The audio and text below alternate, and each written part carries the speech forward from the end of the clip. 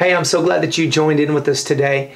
It's my pleasure to have just a couple minutes with you. I want to talk to you about something that's really in my heart right now. I know you've probably watched some of the different footage, some of the different things that we put on here, but there's something specific that's really in my heart. There's a verse in the book of Romans, chapter 1, that says specifically, I am not ashamed of the gospel of Jesus Christ, for it is the power of God unto salvation. I want to talk to you about that for just a second, because that concept right there sets this belief system, this belief in Jesus Christ, the good news of Jesus Christ, completely apart from every other message. There are a lot of different belief systems. There's a lot of different messages out there, and they all have good things to say, but there's only one message that has power. I'm not ashamed of the gospel of Jesus Christ. That word gospel means good news. The good news of Jesus Christ, because it is the power of God unto salvation.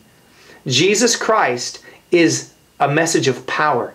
It's not a message of weakness. It's a message of power. And it's power unto salvation. You're called into a whole new relationship with God, where you have access to His power. The Bible says in 2 Peter chapter 1 that God in His divine power has given us all things for life and for godliness. God's divine power is at work, and it's for you so that you could have salvation. Now, salvation is more than just what you may think. You may think that salvation just means going to heaven when you die.